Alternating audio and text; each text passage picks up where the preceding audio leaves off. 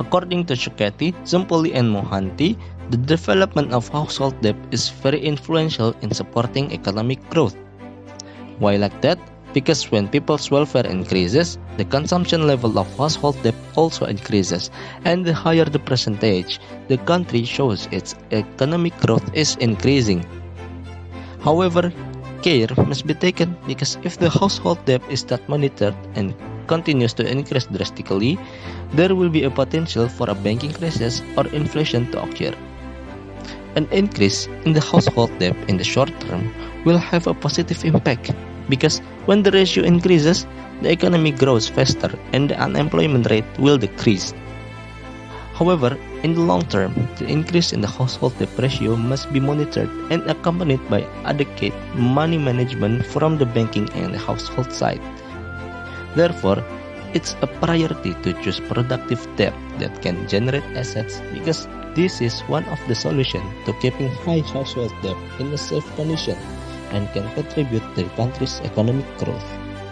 Here are the following comparison for Indonesia and Malaysia in the last 3 years. In the beginning of 2019, Malaysia's household debt figure was at 68%, then increased to 74.6% at the end of 2020, but decreased to 73.6% at the end of 2021. Whereas in Indonesia, at the beginning of 2019, it was at 17%, then increased to 17.5% at the end of 2020, but decreased to 17.2% at the end 2021. Based on the data above, the Malaysian government has carried out various strategies so that it can increase the household debt ratio in the last 3 years. Next, we continue with the problem or issues about household debt in Malaysia. Prior to the Asian financial crisis of 1987, residential credit made up a modest percentage of total outstanding bank loans as compared to commercial loans. Corporate lending amounted for 67% of total outstanding loans at the end of 1997. However, since 2000, consumer borrowing has grown at a rapid pace with an average annual growth rate of 14.8% from 2001 to 2007. From the Graph 1 and Graph 2, household debt increased at a more moderate rate of 7.9% in 2007, following 6 years of fast growth. In keeping with the more dampened housing and automotive markets, household credit accounted for 56% of all outstanding bank loans as of the end of 2007. The decrease in loan growth as well as mobility limitations and loan judgment indicate that a small number of households are facing rising financial stress despite taking a cautious approach. It is according to Bank Negara Malaysia. While everything appears to be in order on the surface, most Malaysian homes are in need of financial assistance. In year 2019, 45.7% of Malaysian households are in debt due to automobile purchases, personal loans, credit cards, and other forms of borrowing. Recent reports dating back to year 2018 show an alarming increase in bankruptcy filings. Vehicle and personal finance debt and loans account for 49% of all bankruptcy cases. When compared to year 2012, the number of bankruptcy cases involving personal loans and credit card debts increased by 104% and 43% respectively. Next, what is strategies or government initiative in addressing this issue? Because as we know, increasing household debt can negatively affect our country economies.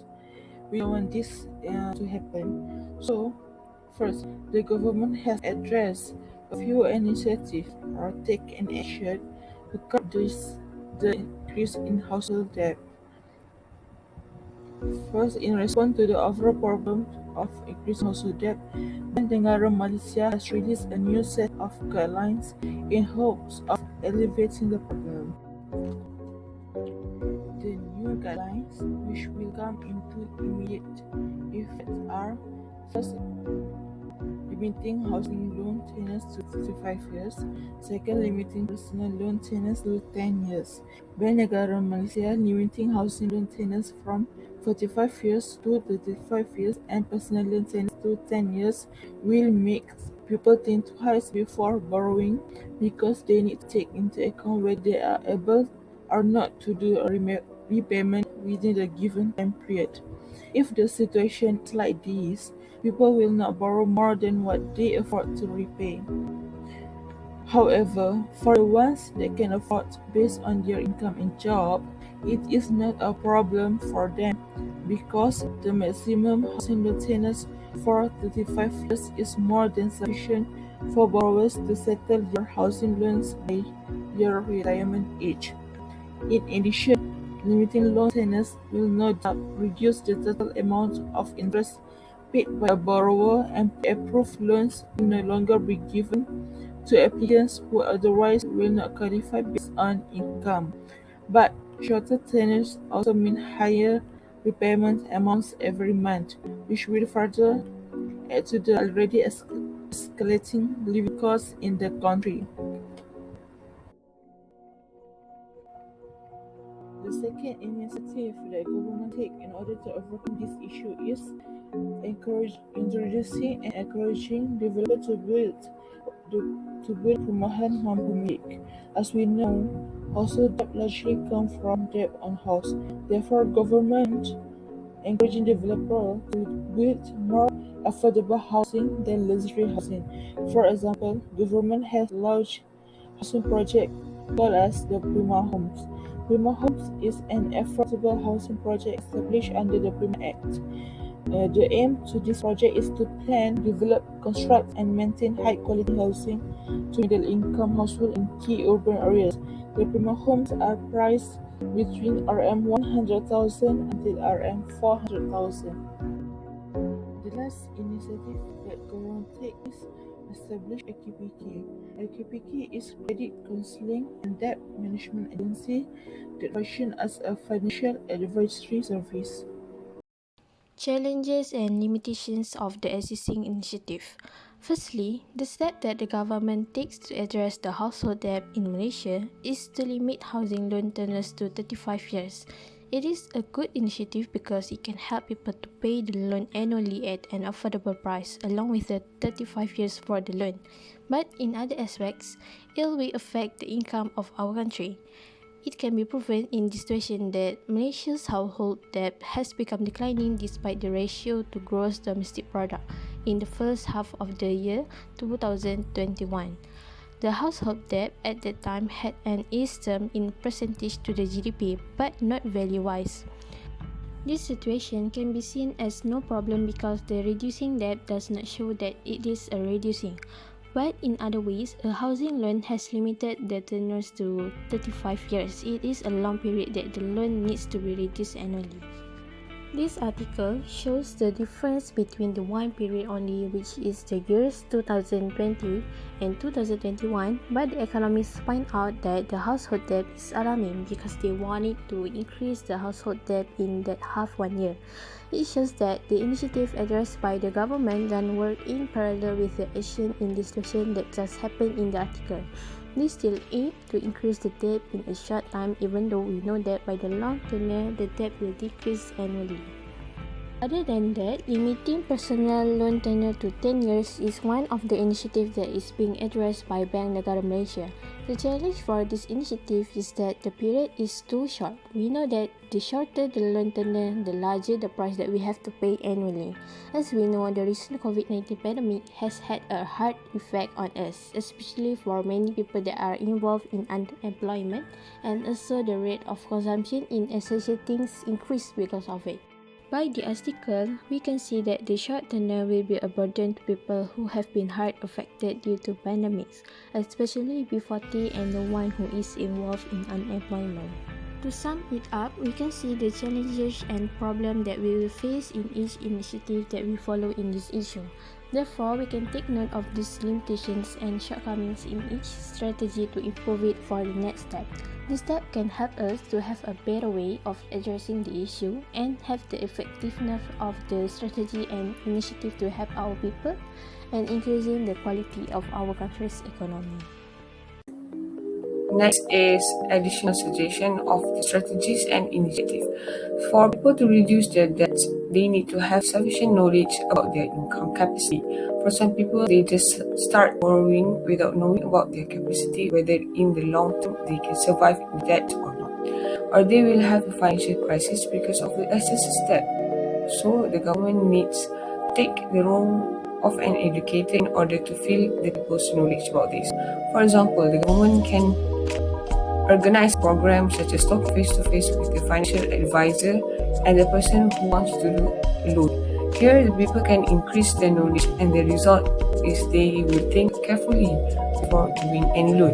Next, the suggestion on how to reduce household debt is that the government needs to know the rate of B40, M40, and T20 specifically and make a strategy that can give them a fair share.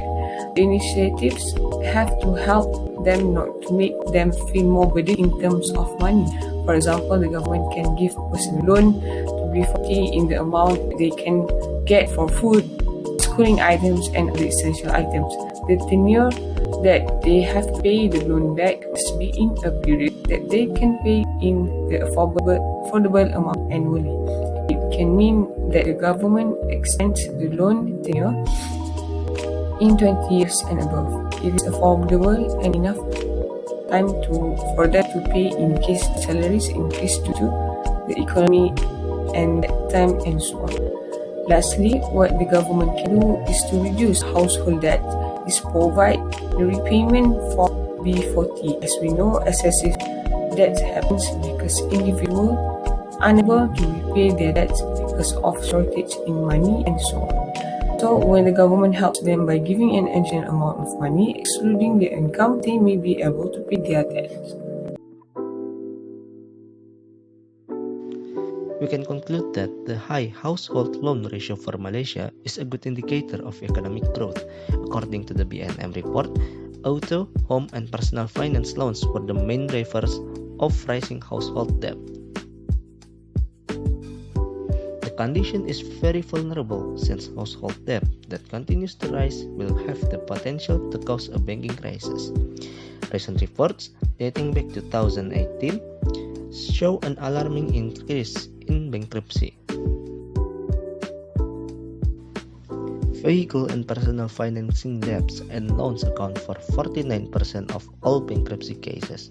The fact is that 45.7% of Malaysian households are in debt due to automobile purchases, personal loans, credit cards, and other forms of borrowing. The Malaysian government has maintained risk through stringent credit underwriting requirements. When more stringent loan approval processes will bring down the number of loans approved. Another initiative taken is to limit housing loan tenures. The challenge is that the short tenure will be a burden to people who have been hard affected due to the pandemics, which have affected globally to all levels of society.